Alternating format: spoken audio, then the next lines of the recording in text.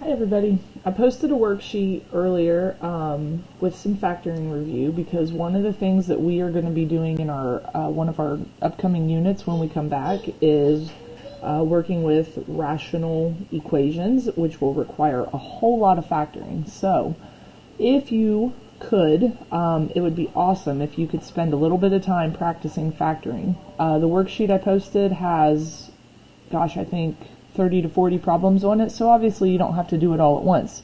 Even if you just work on it for 5 or 10 minutes a day, that would be awesome.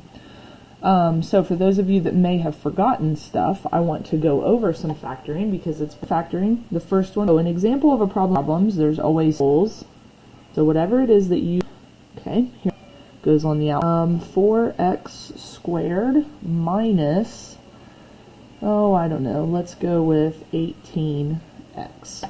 Another thing that I want you to be careful with, don't get into the habit of thinking the very first number is your greatest common factor. That's not always the case.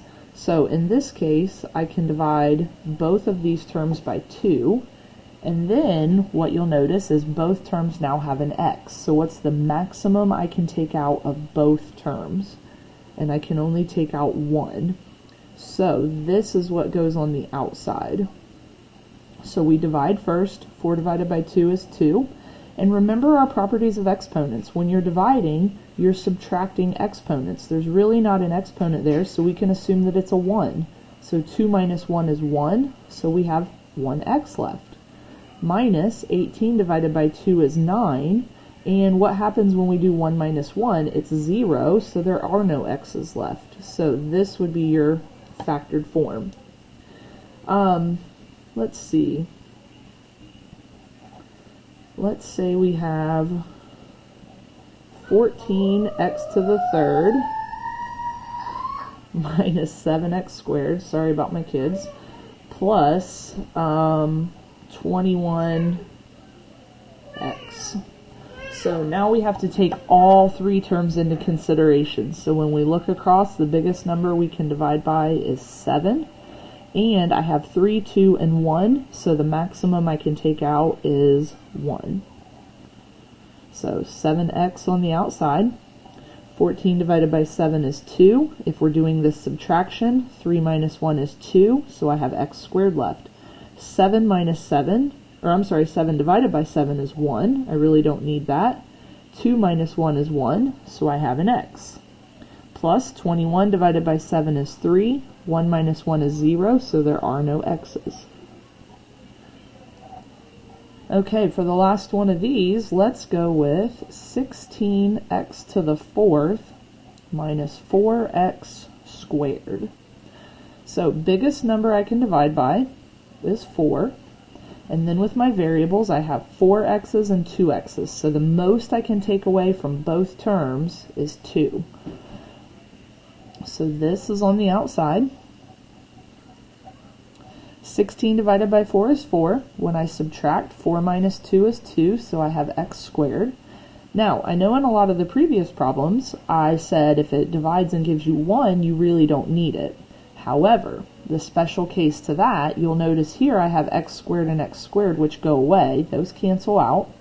So if I think of my 4's canceling out, then I don't have anything left, which might seem like the right thing to do.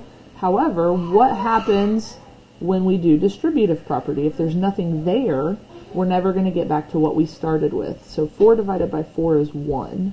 So we have to keep that 1 there. Mommy. What, buddy? I fell. You're okay. What? I want to taste it.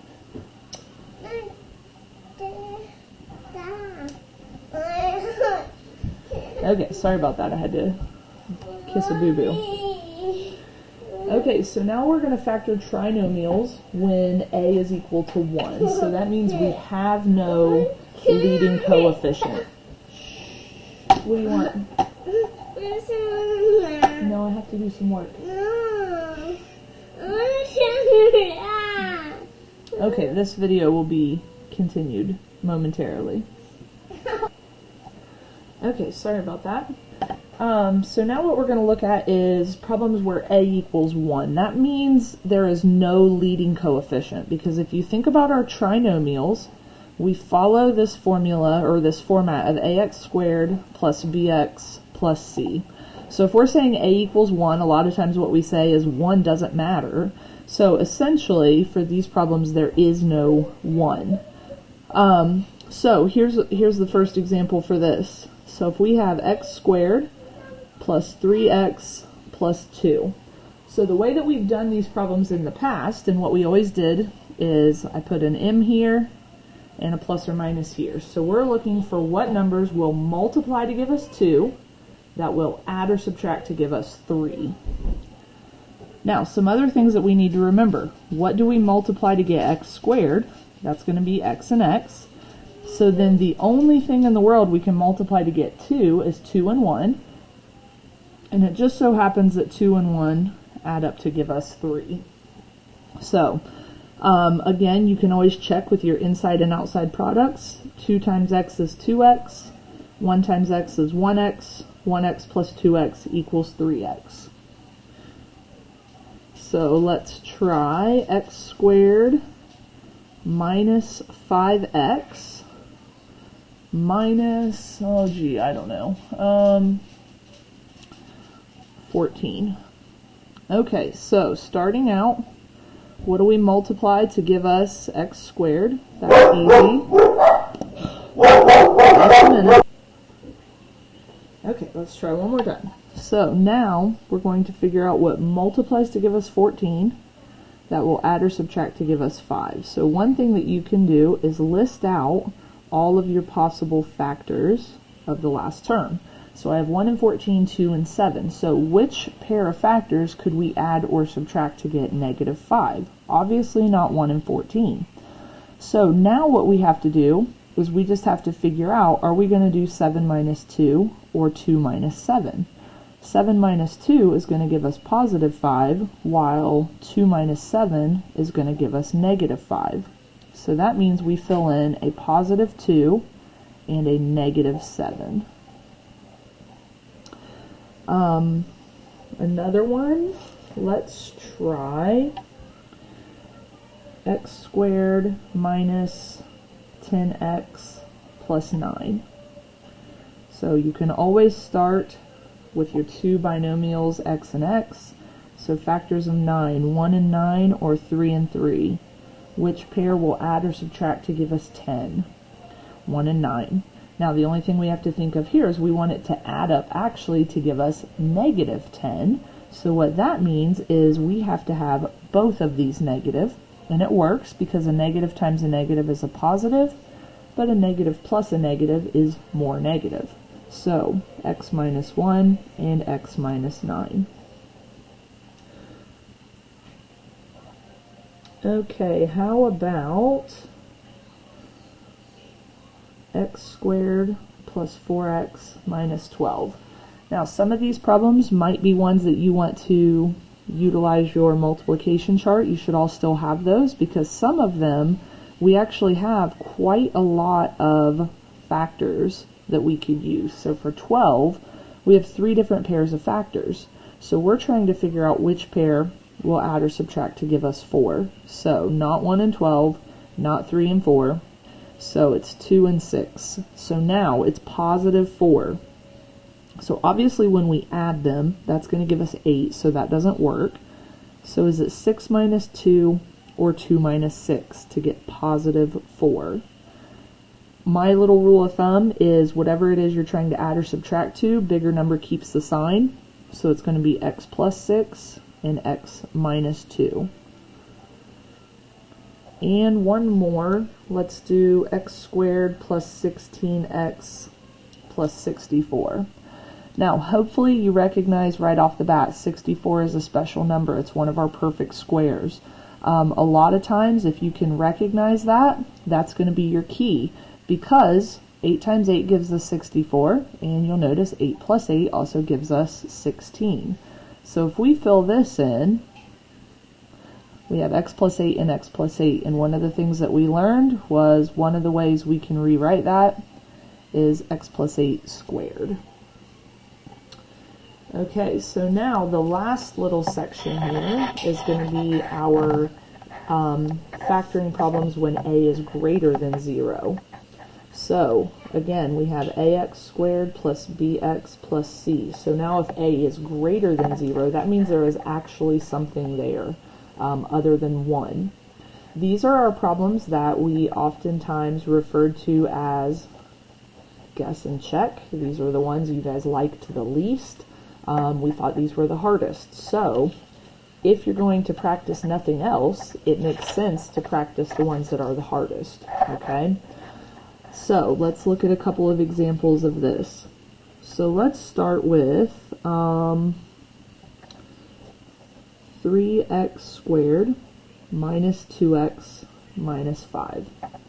So, same way we did before, we still have to multiply to get this. So now we're no longer just getting x squared, which was x and x, we're getting 3x squared. So multiply to get 3, that's going to be 1 and 3. Multiply to get x squared, that's going to be x and x. So we have 1x and 3x. And you don't have to put that 1 there if you don't want it, it's fine. So then we have to multiply to get 5. So factors here are 1. There's a whole bunch of night-nights up on the table, on the bench, I thought. Or maybe in your bed, I don't know where they went. There's one in there on the floor. Hey, Bobo. In there on the floor is one.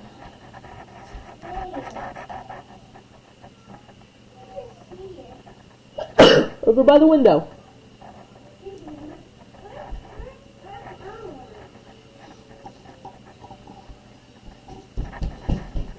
Okay, so multiplying to get 5. And sorry about the interruption, guys.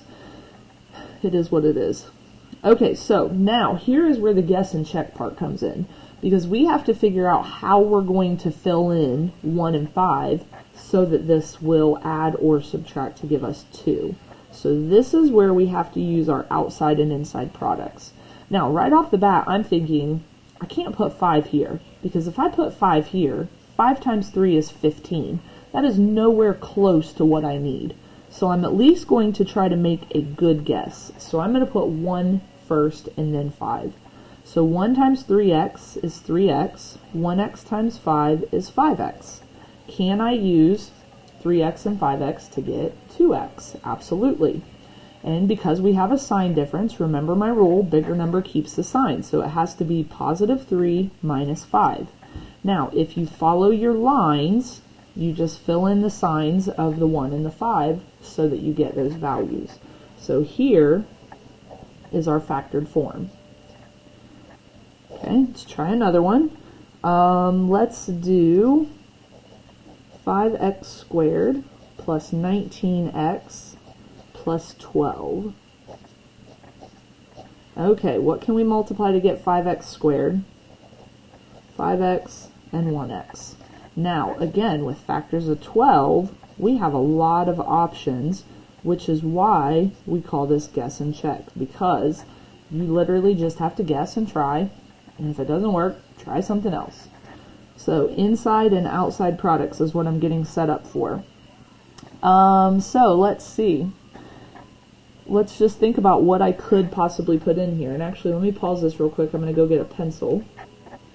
Okay, so I wanted to get a pencil so I could erase and try again. So if I put, if I start with 12 and 1, I don't want to put 12 here because 12 times 5 is 60. That's nowhere close to what I need. So let's try it like this. So when I multiply, I get 12 and 5. That gets me pretty close, but not quite. So I can eliminate 12 and 1 as an option. So let's try 2 and 6. Would I want to put 6 here? No, because 6 times 5 gives me 30, so that's not going to be good. So this gives me 6, this gives me 10, that's 16. Pretty close, but still doesn't work. So now I'm down to 3 and 4. Okay, let's try this way. This is 3, this is 20. Pretty close, but not quite. 23. So my last and final option is to switch them. So this gives me 15, this gives me 4, which does add up to 19. Everything's positive, so we can fill this in with plus signs. So there is our factored form. Okay, we'll do one more. Let's see. Let's try 3x squared minus 8x plus 4. Alright, so what do we multiply to get 3x squared? 3x and 1x. And my possible factors of 4 are 1 and 4 or 2 and 2. So I have to figure that out. So if I put 4 here, 4 times 3 is 12. That's not going to work. If I put 4 and 1, that's 4 and 3, which is only 7.